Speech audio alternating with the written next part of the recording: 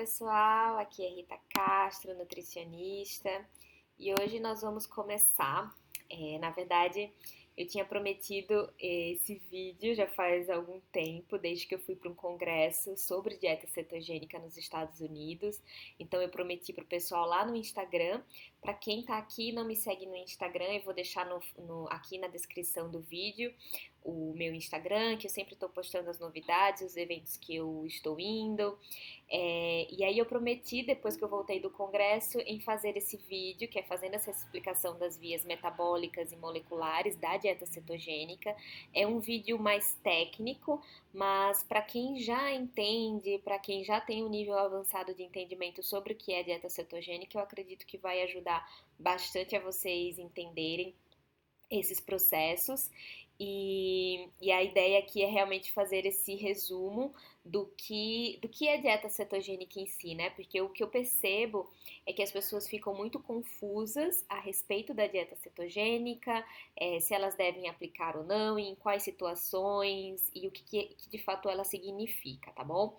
Então, primeiro, vamos refletir, fazer algumas reflexões relacionadas à estratégia cetogênica em si, desde quando ela começou a ser aplicada para os pacientes que têm epilepsia. Então, é uma estratégia que tem bastante tempo, desde a década de 20, então desde 1920 que ela já vem sendo implementada, só que desse período até o atual momento já passou por inúmeras alterações, né, em termos do que ela de fato representa, o que de fato ela interfere nos processos metabólicos e moleculares, e hoje a gente pode estender essa estratégia não só para os pacientes com epilepsia, mas em diversas condições clínicas que eu vou mencionar aqui.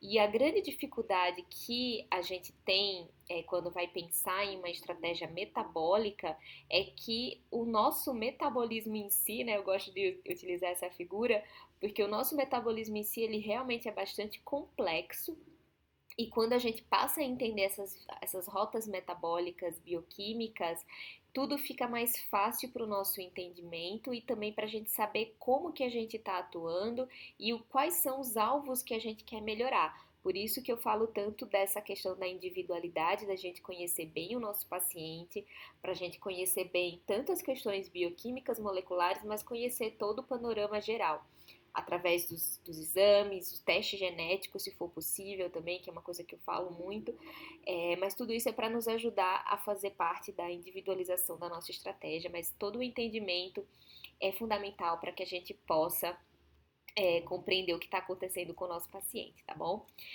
Antes de tudo, o que eu queria mostrar aqui para vocês é que, assim, como eu falei, né, a dieta cetogênica ela tem bastante tempo, desde que quando ela foi começar a ser implementada, né, como uma estratégia metabólica.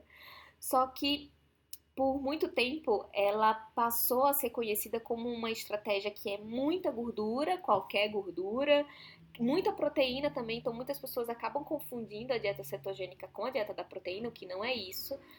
Na dieta cetogênica não deve ser consumido um excesso de proteína. É um mito muito grande achar que na dieta cetogênica consome muita proteína. Então, na verdade, o nosso consumo maior é de gordura e de fitoquímicos. Então, o que as pessoas pensam quando pensam numa dieta cetogênica é isso aqui, né? O excesso de gordura, excesso de proteína animal, tanto de leite derivados, como também, né, de gordura de origem animal.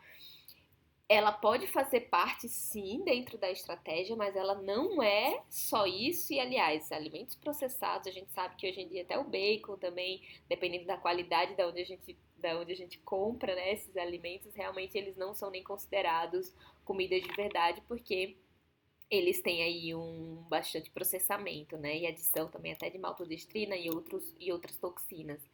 Por isso que a gente tem que estar sempre atento à origem, né, e à qualidade dos alimentos que a gente está consumindo. E o que verdadeiramente é uma dieta, uma estratégia cetogênica, eu gosto de falar o termo estratégia, né, e não dieta em si, porque ela pode ser uma estratégia que tem um tempo, né, de começo, meio e fim, para uma finalidade específica, conforme a gente vai ver adiante.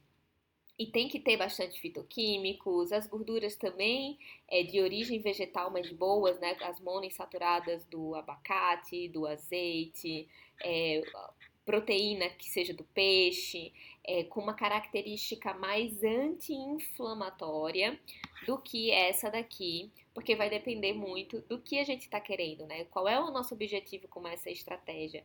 O nosso objetivo com essa estratégia é fornecer alimentos que tenham uma carga glicêmica muito baixa, que tenham essa oferta de fitoquímicos, compostos bioativos, vitaminas, minerais e gorduras de boa qualidade para que o nosso corpo, especialmente o nosso fígado, ele saiba produzir corpos cetônicos, porque o grande objetivo aqui é fazer com que o nosso corpo, na dieta cetogênica, saiba produzir corpos cetônicos e a partir dele saiba utilizar como fonte de energia, tá? É isso que nós vamos focar aqui nessa nossa explicação. Então, tudo que o nosso corpo vai se adaptando numa estratégia cetogênica é para essa produção de corpos cetônicos. Então, por exemplo, a gente vai conseguir fazer com que o fígado ele entre nesse estado de cetose, nessa adaptação, nessa cetogênese, né?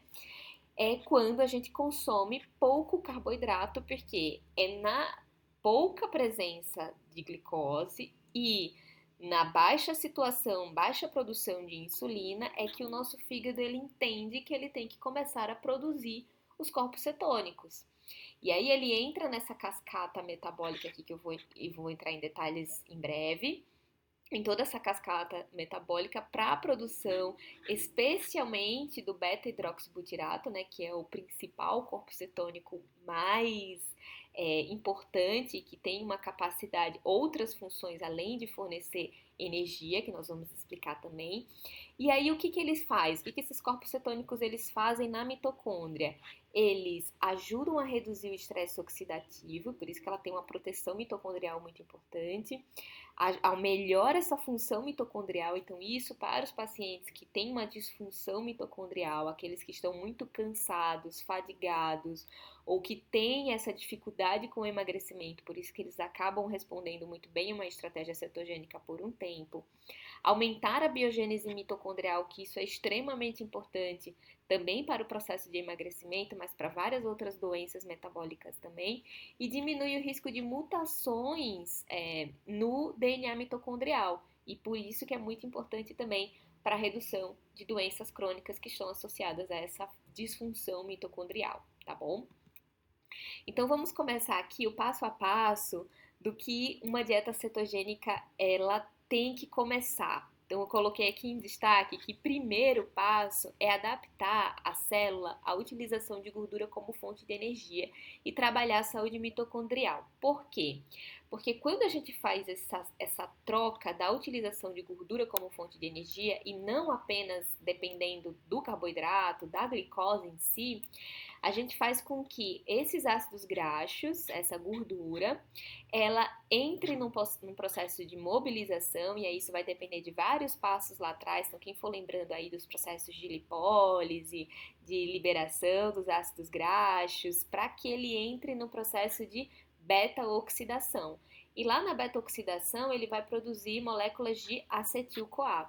Então, antes de começar a produzir os corpos cetônicos, antes de começar mesmo a fazer com que meu organismo ele entre na estratégia cetogênica, ele entre na cetoadaptação, primeiro eu tenho que fazer com que aquele paciente ele tenha uma capacidade de utilização de gordura como fonte de energia, que é diferente de um organismo cetoadaptado. Foi isso que eu falei lá no Instagram quando eu estava explicando sobre a dieta cetogênica.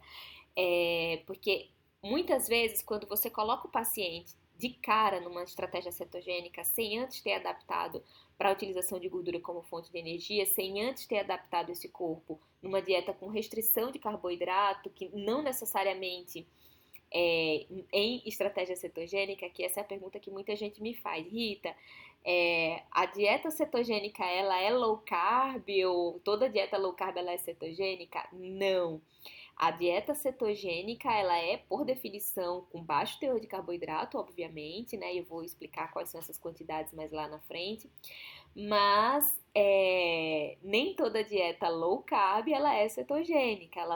Algumas estratégias low carb, que você vai colocar ali entre 100, no máximo 150 gramas de carboidrato por dia, na estratégia do seu paciente, né, ou na estratégia que você está fazendo ali da dieta, é, isso vai fazer um processo de adaptação de utilização de gordura como fonte de energia, porque você vai faz a diminuição do carboidrato para colocar uma quantidade boa de gorduras de boa qualidade, e isso já vai fazer esse processo de adaptação para o seu corpo fazer beta-oxidação e utilização de gordura como fonte de energia.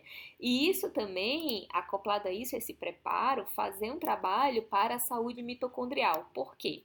Depois que eu adaptei a utilização de gordura como fonte de energia e o meu corpo sabe produzir bastante acetil-CoA via beta-oxidação, a gente vai entrar numa cascata metabólica aqui, a partir da acetoacetil-CoA tiolase, ele vai unir essas moléculas e, através da HMG-CoA sintase, via um fator transcricional chamado FOXA2, que é um fator bem conhecido, que é um fator nuclear de hepatócito.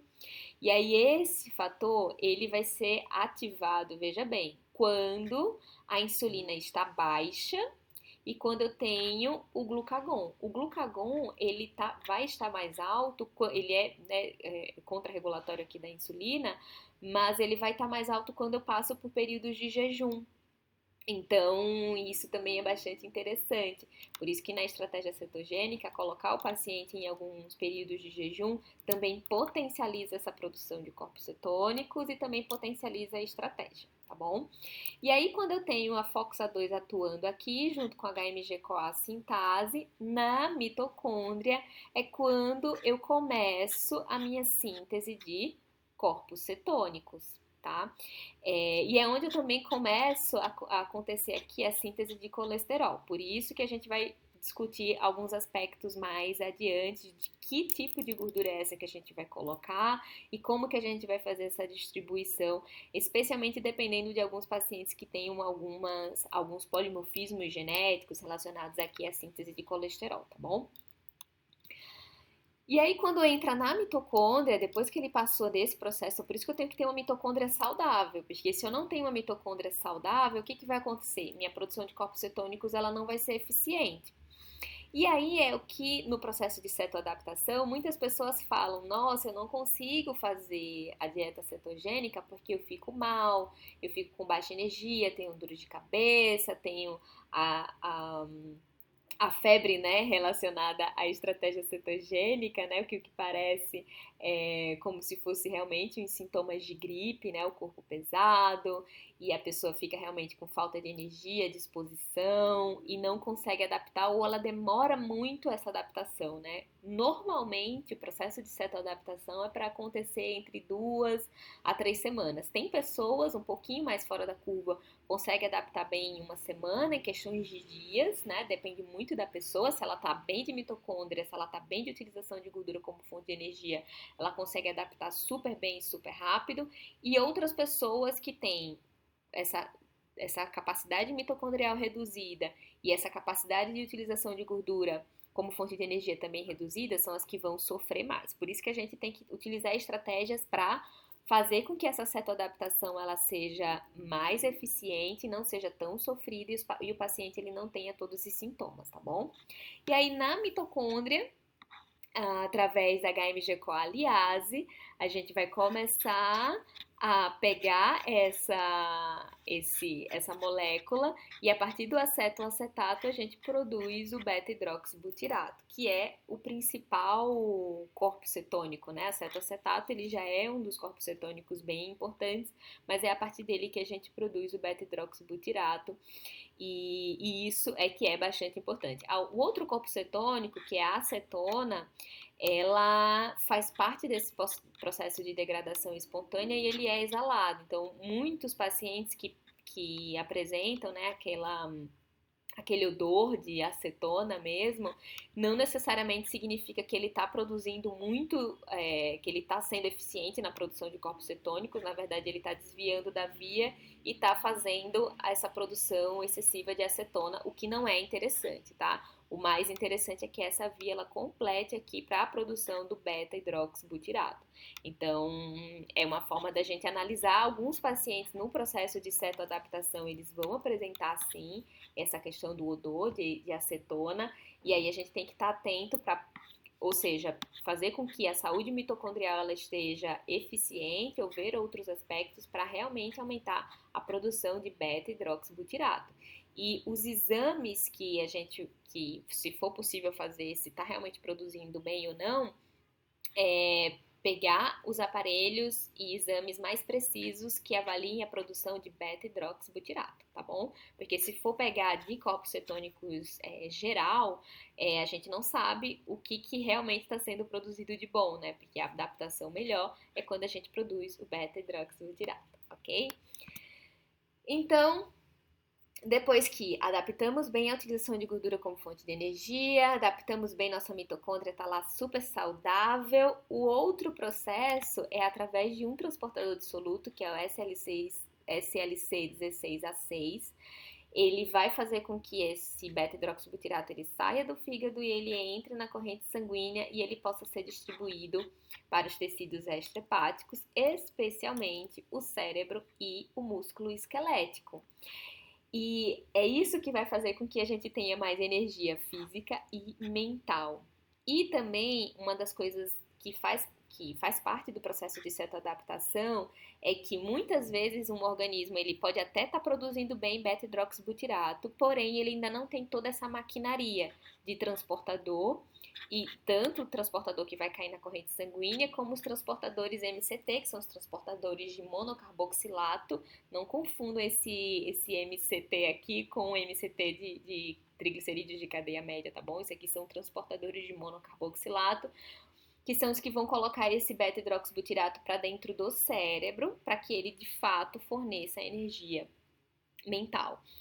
E aí muitas pessoas ou podem ter defeitos genéticos nisso aqui, por isso que são as pessoas que também têm dificuldade com a adaptação da dieta cetogênica, como também se o corpo ele não está cetoadaptado, ele nunca produziu corpos cetônicos na vida direito, numa quantidade que realmente o corpo saiba utilizar ele como fonte de energia, vai ter muita dificuldade para começar a expressar esses transportadores, começar a expressar as enzimas que fazem essa produção de beta-hidroxibutirato, e também são as pessoas que vão sofrer mais nesse processo, tá bom? Então, às vezes, a pessoa tem lá os níveis altos de beta-hidroxibutirato até aqui sanguíneos, mas se ele não tem dos transportadores aqui, isso também acaba não aproveitando tanto, e realmente a energia mental da pessoa não melhora e precisa de mais tempo para que isso aconteça. E aí, quando o beta-hidroxibutirato ele consegue entrar tanto no músculo esquelético como também no cérebro, o que vai acontecer? Esse beta-hidroxibutirato ele vai ser processado para que, enfim, ele forneça energia, né, na forma de ATP. Ele caia lá, o produto final desse beta-hidroxibutirato é produzir mais moléculas de acetil-CoA. E esse acetil-CoA é o que vai produzir toda a energia que essas células vão precisar. E vejam aqui que tem moléculas importantes, como por exemplo a sirtuína 3. Então, a sirtuína 3 ela é uma molécula muito importante para a biogênese mitocondrial, ela é produzida nos processos de quando a gente tem um processo bom de adaptação de gordura como fonte de energia, ela está associada à redução do processo de envelhecimento, então a sirtuína 3 ela é super importante. Depois, em um outro momento, eu posso falar um pouco mais sobre as sirtuínas, né? A mais conhecida é a sirtuína 1, mas a sirtuína 3 ela é fundamental para que isso aconteça. E as pessoas que têm polimorfismo, alteração genética nela, também vai ter um pouco mais de dificuldade com essa adaptação aqui. Tudo isso eu quero dizer que o que se passa, né, são processos enzimáticos, rotas metabólicas importantes, que aqui de novo ele pode ser convertido em acetona. Então, mas o ideal é que essa via ela chegue aqui até o final para a produção de acetil-CoA, que aí ela entre lá para produção de ATP, tá? E que isso vai depender também de mitocôndrias saudáveis nesses tecidos aqui, tanto no cérebro como também no músculo esquelético, tá? Porque agora que a gente já está falando de tecidos extrahepáticos. Então, existe toda uma capacidade metabólica, enzimática, que é fundamental para essa adaptação e por isso que algumas pessoas demoram mais para sentirem os benefícios. E aí as pessoas que me perguntam muito assim, Rita, eu não tenho o aparelho para saber se eu estou produzindo beta-hidroxibutirato. Só que o mais importante, na verdade, é você sentir os sintomas, né? Os sintomas da cetoadaptação quando você já está realmente adaptado, que é sentir mais energia física e mental. Seus níveis de concentração melhoram, sua energia física ela também fica boa. Então, quando você passa por esse período, né, que é o período em que o corpo ainda está se adaptando, a pessoa realmente ela sente todos esses sintomas de dificuldade, de dores de cabeça, de falta de disposição, energia. Só que se você trabalha isso antes, você minimiza esse processo. Então não precisa ser sofrido assim. Então não é que a pessoa não consegue, ela só não está muito bem trabalhada para receber, para com que toda essa maquinaria ela esteja disponível para essa produção de corpos cetônicos e essa utilização de fato como fonte de energia. Então por isso que tem que ter um preparo muito importante desse paciente, uma análise minuciosa para que isso aconteça, tá? E aí, o que vocês vão me perguntar, né? Esse estudo aqui é bastante interessante, porque ele fala dos corpos cetônicos como um modulador de eventos epigenéticos, né? De mecanismos epigenéticos, que é a nossa grande paixão aqui de estudo, que é uma das coisas que eu mais gosto de estudar. Os mecanismos epigenéticos, eles controlam a nossa expressão de genes e o que é mais interessante aqui, como vocês estão vendo, aqui está toda a cascata completa, né? Tudo que eu falei, da beta-oxidação, produção do beta-hidroxibutirato, aqui já na mitocôndria, e aí a oxidação desses corpos cetônicos para a produção de ATP, para a produção de energia, tá? E aí, o que vocês vão me perguntar? Mas, poxa, Rita, eu vou submeter meu paciente a tudo isso a troco de quê, né? Tem tantos benefícios assim. Existem esses benefícios como reguladores epigenéticos naquele paciente que vai precisar de uma reprogramação epigenética importante. E aí, por isso que tem que ter uma análise minuciosa se para aquele caso que você está, né, lidando, ele realmente vai ser efetivo, vai ser algo que o seu paciente ele vai trazer ali benefícios para essa reprogramação epigenética. E a dieta cetogênica em si, essa estratégia, ela não é só por uma questão de emagrecimento, perder gordura, ganhar músculo, vai muito além de tudo isso, porque essa estratégia e essa produção de corpos cetônicos eficiente, ela vai ter uma melhora da regulação da função hepática e via melhora do ritmo circadiano, ele vai aumentar a sua amplitude do ritmo circadiano, melhorar a expressão dos genes clock, dos clock genes, que vão, de fato, e esse controle do nosso ritmo circadiano, ele é fundamental, porque a gente tem o momento certo para expressar os genes, a gente tem o momento certo de expressar toda a nossa maquinaria hormonal, enzimática de transporte, então isso para o fígado também é super importante.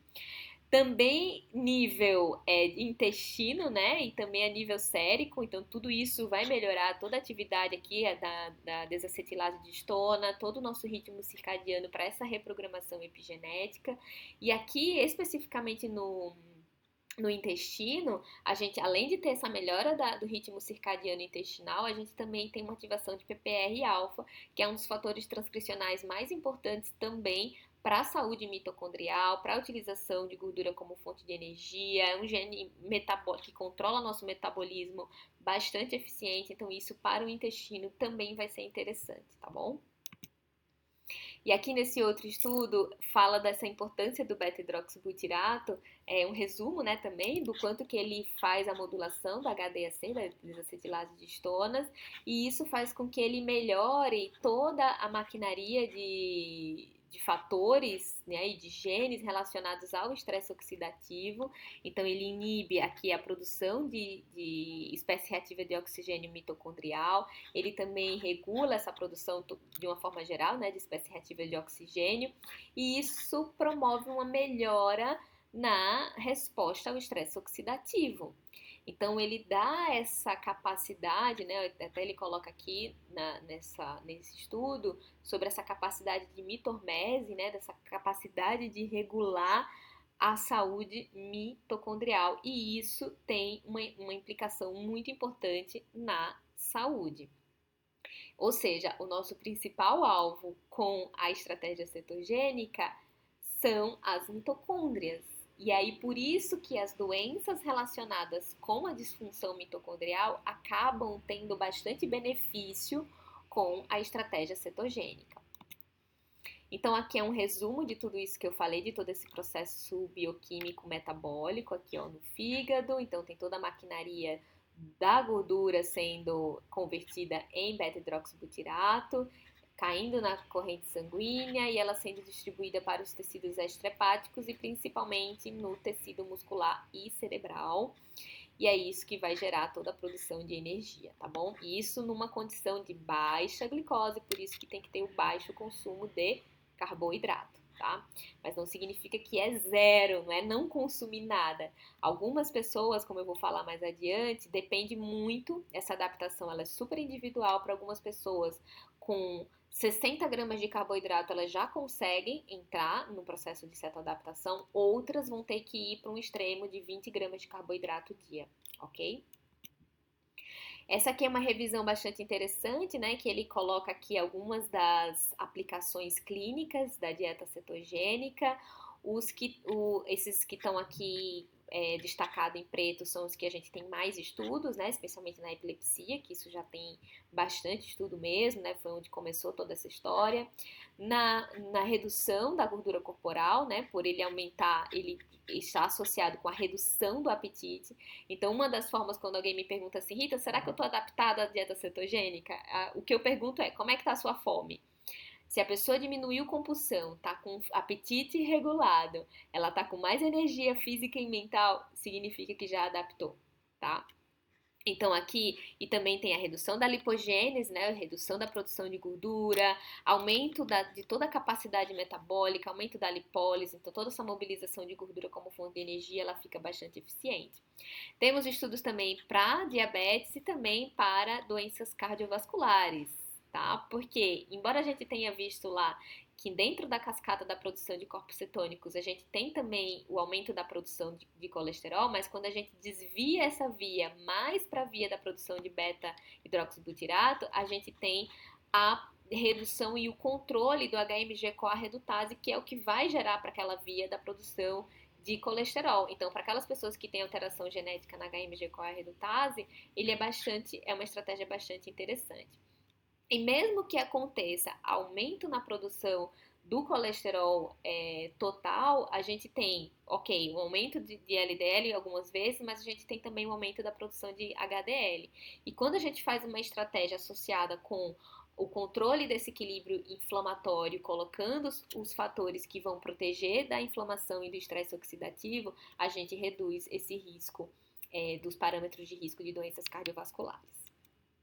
Aqui são algumas evidências que também estão sendo estudadas, né? Os pacientes com acne, porque ele reduz o IGF-1 na pele, então isso é bastante interessante para os pacientes com acne, isso consigo ver também bastante na prática, mas também tem que ser uma dieta cetogênica com característica anti-inflamatória, e não com aquela dieta cetogênica cheia de gordura inadequada, desequilibrada, tá bom? Nas doenças neurológicas, muito, nesse congresso que eu fui nos Estados Unidos, eles falaram muito das doenças neurológicas em geral, Parkinson, doença de Alzheimer, também relacionado a doenças déficit de atenção, hiperatividade, então muitos transtornos neurológicos, muitas doenças neurodegenerativas também são beneficiadas com a estratégia cetogênica. Aqui na SOP, né, na síndrome do ovário policístico, também ajuda muito as mulheres. A gente já sabe que a dieta com restrição de carboidrato é uma estratégia interessante, mas a estratégia cetogênica também ela pode ser aplicada. E no câncer, que é onde a gente tem aqui um pouquinho mais de polêmica, mas tem alguns estudos com alguns tipos de câncer, não são todos os tipos de câncer que podem ser beneficiados com a dieta cetogênica, tá? Aqui é mais um resuminho para vocês de um outro estudo que também já fala de algumas aplicações, né? Principalmente ali nas doenças metabólicas e nas doenças que têm um fundo de inflamação. Então, câncer, diabetes, obesidade, síndrome do ovário policístico, autismo, Parkinson, Alzheimer, esclerose múltipla, acne, asma, epilepsia e os pacientes que têm defeitos genéticos aqui no PDHD e no GLUT1. Aqui é um resumo para vocês em relação da aplicação da estratégia cetogênica no câncer, mas assim, isso tudo é muito complexo, porque o câncer ele não usa só uma única via metabólica, são muitas vias metabólicas envolvidas, por isso que tem que ter um acompanhamento de um profissional que saiba muito entender todas essas vias, dependendo do tipo de câncer, se realmente vai ser aplicado ou não, tá? Mas ele pode ser uma das estratégias dependendo da fase do tratamento, dependendo de toda a situação, se a estratégia cetogênica ela vai ser uma boa para aquele caso, tá? E aqui o mais interessante é que assim, eu até coloquei um panorama geral para vocês que o mais importante da estratégia cetogênica é melhorar a disfunção mitocondrial, e a disfunção mitocondrial ela está associada ao envelhecimento, ao consumo de alimentos processados e o alto consumo de açúcar, o estilo de vida sedentário, a exposição a toxinas ambientais e radiação, a privação do sono e estresse, a inflamação e hiperglicemia que está associado com esse consumo excessivo de açúcar, as deficiências nutricionais e a predisposição genética, tudo isso leva a uma disfunção mitocondrial. E é o que a maioria das pessoas estão expostas, né? As pessoas, elas têm uma deficiência de nutrientes, normalmente elas têm um consumo de açúcar muito grande, têm um estilo de vida sedentário, se expõem muito às toxinas ambientais, elas também têm uma privação de sono e muito estresse, muitas têm uma inflamação de base. E aí a estratégia cetogênica, ela vem justamente para melhorar essa disfunção mitocondrial causada por esses inúmeros fatores. E aí por isso que também entra aqui a predisposição genética, que são as pessoas que vão ter mais ainda dificuldade nesse processo. Então, quais são os sintomas de uma pessoa com disfunção mitocondrial? Uma fadiga, um cansaço excessivo, elas não conseguem também ter um bom rendimento físico, rendimento mental, então tudo isso fica bastante prejudicado, uma dificuldade com emagrecimento muito grande, uma dificuldade metabólica de uma forma geral, tá? Então, e quando a dieta cetogênica ela é aplicada de uma forma inadequada, é isso que a gente tem que pensar aqui, né? O quanto que a dieta cetogênica, a estratégia cetogênica, ela veio evoluindo. Quando ela é feita de forma inadequada, aí sim esse excesso de gordura de má qualidade, com baixo consumo de carboidrato, que às vezes também é feito de forma errônea, isso pode levar essa alteração do colesterol, uma hipoglicemia, uma cardiomiopatia e doenças e problemas de ordem gastrointestinal, né? Toda dificuldade com digestão, absorção de gordura. Então, isso é quando a dieta cetogênica ela é feita de forma inadequada, tá?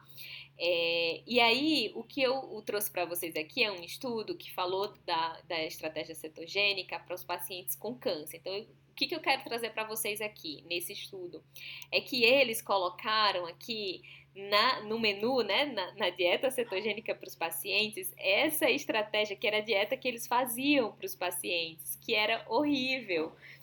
Então, às vezes, quando a gente pega um estudo falando assim, a estratégia cetogênica ela foi pior, ou a estratégia cetogênica ela não funciona, mas a gente tem que ver como que foi feita essa estratégia. E aqui, olha, eles colocavam refrigerante diet para os pacientes, ou eles colocaram aqui também um suco,